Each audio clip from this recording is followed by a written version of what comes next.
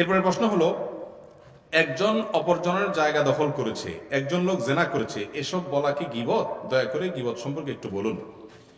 কোন লোক আরেকজনের জায়গা দখল করছে, কোন লোক জেনা করছে, কোন লোক দুর্নীতি করছে, কোন লোক চুরি করছে, কোন লোক মিথ্যা কথা বলছে, এই কথাটা যদি তার পেছনে আপনি অন্যদের কাছে বলেন, এটা গীবত।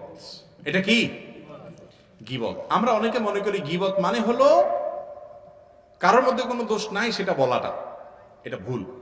গীবত মানে হলো কারোর দোষ আছে সেটা তার পেছনে বললেই সেটা কি গীবত।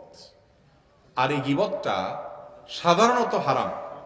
এটা জায়েজ হবে তখন, ধরেন কথার কথা, একজন মানুষ সে অন্যের জমি আত্মসাৎ করছে, আপনি অন্য কোনো মানুষকে সাবধান করতেছেন যে এই লোকটার ব্যাপারে সাবধান, তোমার জমিতে তার পাশে আছে, দেখিও সে আবার আত্মসাৎ করে কিনা, সে তো এরকম অন্যের আইল ঠেলার অভ্যাস আছে, আত্মসাৎ করার অভ্যাস আছে, আপনি তাকে সাবধান করার নিয়তে বলছেন, তাহলে ঠিক আছে, এটা জায়েজ আছে।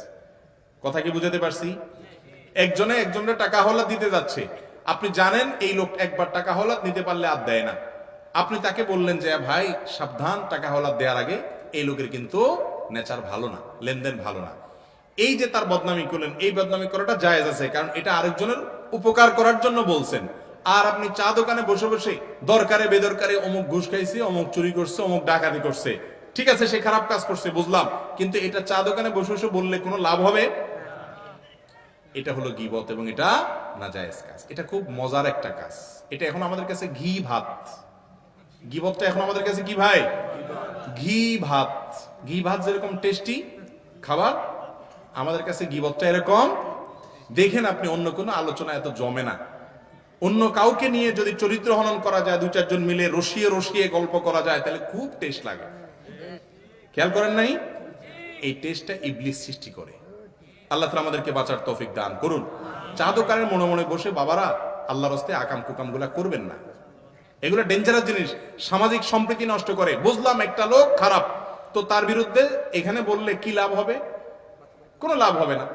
পারলে ওই লোকটাকে বলেন। আবার অনেকে বলে কি তার সামনেও বলতে পারবো, ভাই বলতে পারলে তার সামনেই বলো, পিছনে বলা, মানুষের প্রশংসাটা পেছনে করতে হবে আর দোষটা সামনে বলতে হবে। আমরা উল্টা করি, দোষটা পেছনে বলি আর পামপট্টি সব সামনে দিই। ঠিক না বেঠিক? পামপট্টি সামনে দিলে লাভ, কারণ তার কাছে ভালো সাজা যাবে, আর পিছনে বদনামি করলে আরেকজনের কাছে ভালো তার সাজা যাবে। এটা হলো 2 নম্বর মানুষ। এটা হলো কয় নম্বর মানুষ ভাই? সামনে দোষটা বলে, ভাই তোমার এই দোষটা আছে, তুমি এটা ঠিক করো ভাই, রাগ করিও না। আর পেছনে প্রশংসা করা যে লোকটার এই দোষ থাকলে কি হয়েছে, মাশাআল্লাহ আরো অনেক এমুক অমুক গুণ আছে। এটা হলো 1 নম্বর মানুষ। এই 1 নম্বর মানুষ সমাজে বেশি না 2 নম্বর মানুষ বেশি? আল্লাহ আমাকে আপনাকে 1 নম্বর মানুষ হওয়ার তৌফিক দান করুন।